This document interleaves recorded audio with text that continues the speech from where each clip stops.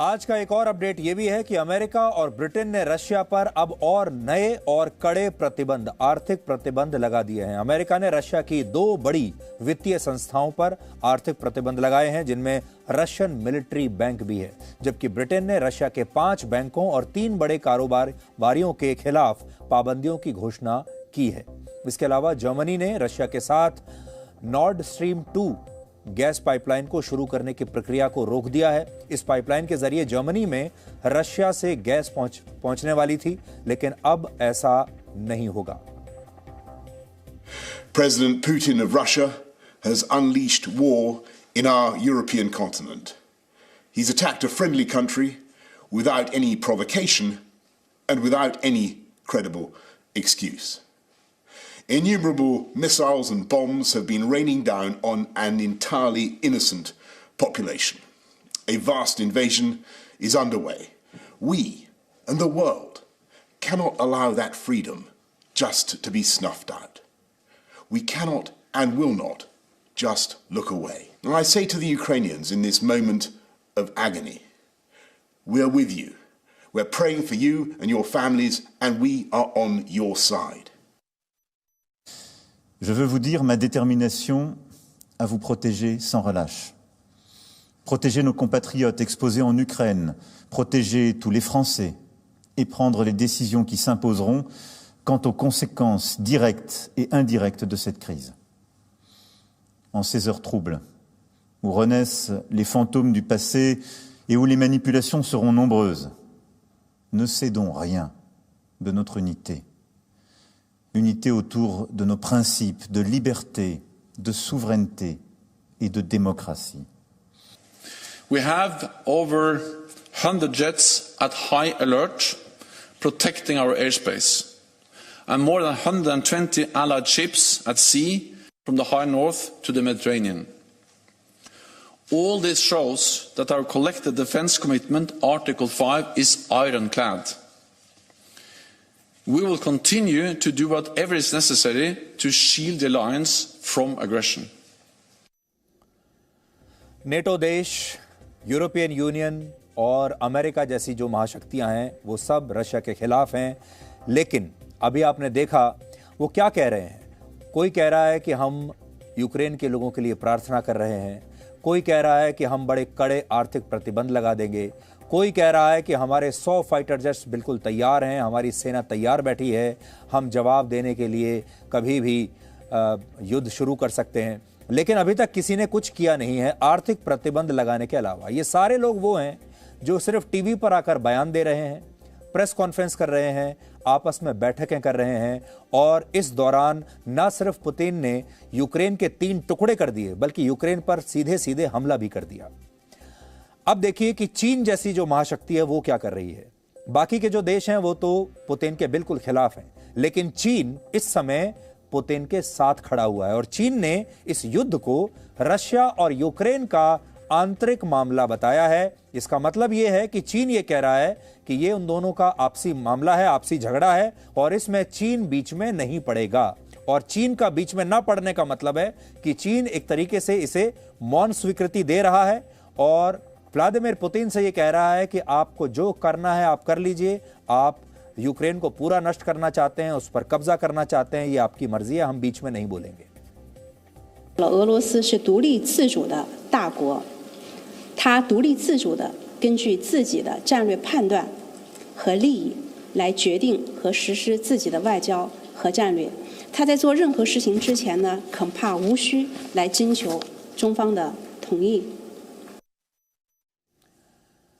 Ukraine के खिलाफ इस युद्ध की शुरुआत आज सुबह करीब 4 बजे हुई थी, जब रशिया के राष्ट्रपति व्लादिमीर पुतिन का एक बयान प्रसारित हुआ, जिसमें उन्होंने यूक्रेन के पूर्वी डॉनबास इलाके में सैन्य कार्रवाई की घोषणा की। और यहां रशियन भाषा बोलने वाले कई लोग रहते हैं और इस इलाके के कुछ हिस्सों पर 2014 से ही रशिया समर्थित विद्रोहियों का कब्जा है। पुतिन के इस बयान के प्रसारित होने के थोड़ी देर के बाद ही यूक्रेन के सैन्य ठिकानों पर हमले की खबरें आने लगीं और अब रशिया के 2 लाख सैनिक यूक्रेन में घुस चुके हैं। В связи с этим, в соответствии со статьей 51 частью 7 Устава ООН, санкции Совета Федерации России и во исполнение ратифицированных Федеральным собранием 22 февраля сего года договоров о дружбе и взаимопомощи с Донецкой Народной Республикой и Луганской Народной Республикой. सबसे बड़ी बात यह है कि पूरी दुनिया पुतिन को समझ ही नहीं पाई कि पुतिन के दिमाग में इस समय चल क्या रहा है। और लोगों को ऐसा लगा, यूक्रेन को भी ऐसा लगा कि जब पुतिन ने एक गोली चलाए बिना ही यूक्रेन को 3 हिस्सों में बांट दिया, जब उसने यूक्रेन के 2 हिस्सों को स्वतंत्र राष्ट्र घोषित कर दिया, तो सारी दुनिया को ऐसा लगा कि अब यह मामला यहीं समाप्त हो जाएगा। पुतिन को जो करना था उन्होंने कर लिया। उन्होंने यूक्रेन को 3 हिस्सों में तोड़ दिया है, टुकड़े टुकड़े कर दिए हैं यूक्रेन के, और यहां पर वो रुक जाएंगे। और जब सारे लोग ये सोच रहे थे कि यहां पर यह मामला रुक जाएगा, ठीक उसके 24 घंटे के अंदर ही व्लादिमीर पुतिन ने पूरी दुनिया को हैरान कर दिया और यह बता दिया कि वो इतने से खुश होने वाले नहीं हैं, उन्हें और ज्यादा चाहिए। सैन्य शक्ति के मामले में यूक्रेन रशिया से बहुत पीछे है, इसलिए इस युद्ध में यूक्रेन उसका कोई मुकाबला नहीं कर पाएगा। आज पहला दिन है और हमें ऐसा लगता है कि 1-2 दिन से ज्यादा यूक्रेन रशिया के सामने टिक नहीं सकता। अमेरिका के बाद पूरी दुनिया की दूसरी सबसे बड़ी ताकतवर सेना रशिया के पास है, जबकि यूक्रेन की सेना इस सूची में 22वें नंबर पर है, बहुत नीचे है।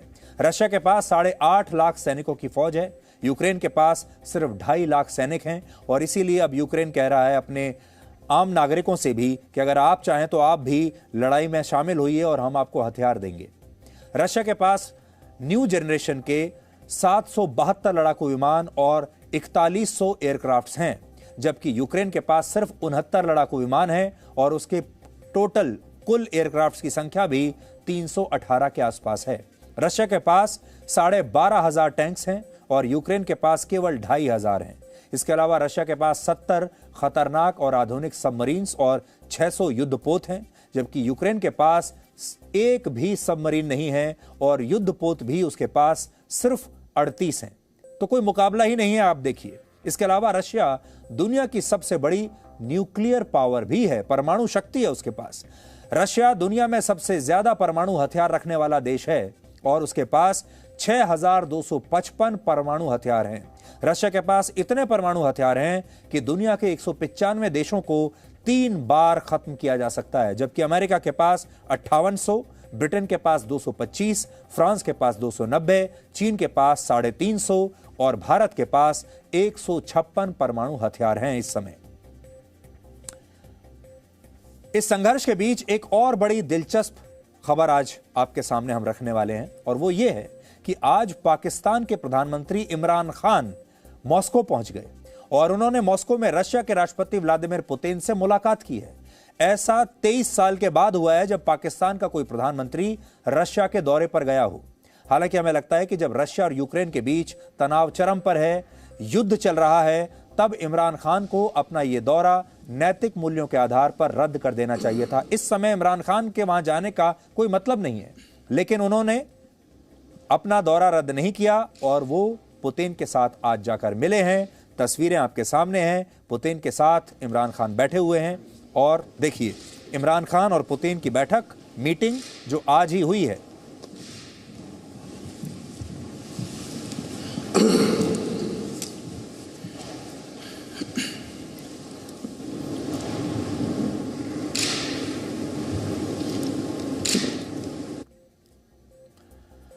तो पुतिन देखिए इस समय अपने पूरे हमले को, वॉर को वो सुपरवाइज भी कर रहे हैं, सारी रणनीतियां बना रहे हैं, मीडिया से भी बात कर रहे हैं, अलग अलग देशों के नेताओं से भी बात कर रहे हैं और इमरान खान के साथ बैठक भी कर रहे हैं। इमरान खान वहां गए क्यों हैं?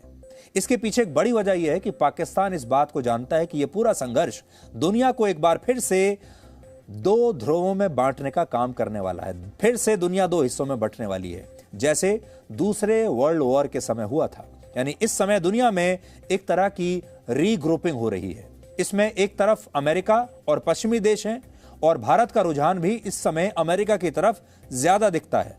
भले ही भारत ने इस मामले में निष्पक्ष भूमिका निभाई है, भारत अभी तक कहता आ रहा है कि वो न रशिया की तरफ है न अमेरिका की तरफ है। भारत के लिए स्थिति बड़ी मुश्किल है, एक तरफ कुआं है, एक तरफ खाई है, दोनों ही दोस्त हैं और दोनों में से किसी को नाराज नहीं कर सकते। इसलिए भारत ने अभी तक रशिया के खिलाफ कोई टिप्पणी नहीं की है। लेकिन नए समीकरणों में भारत के लिए अमेरिका के साथ जाना ज्यादा फायदेमंद दिखता है। हालांकि आज रात को प्रधानमंत्री मोदी और पुतिन के बीच इस युद्ध पर चर्चा होने वाली है और ऐसा बताया जा रहा है कि राष्ट्रपति व्लादिमीर पुतिन आज रात को प्रधानमंत्री मोदी को फोन करेंगे और इस युद्ध के बारे में पूरा अपडेट देंगे। दोनों नेता इसके बारे में चर्चा करेंगे और उसके बाद भारत फिर शायद अपना रुख तय करेगा कि उसे क्या करना है।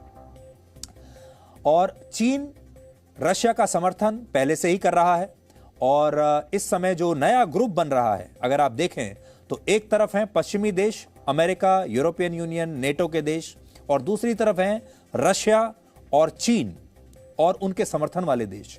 और अब चीन की कोशिश है कि पाकिस्तान भी रशिया के साथ जाकर खड़ा हो जाए ताकि ये तीन देश एक साथ संगठित दिख सके।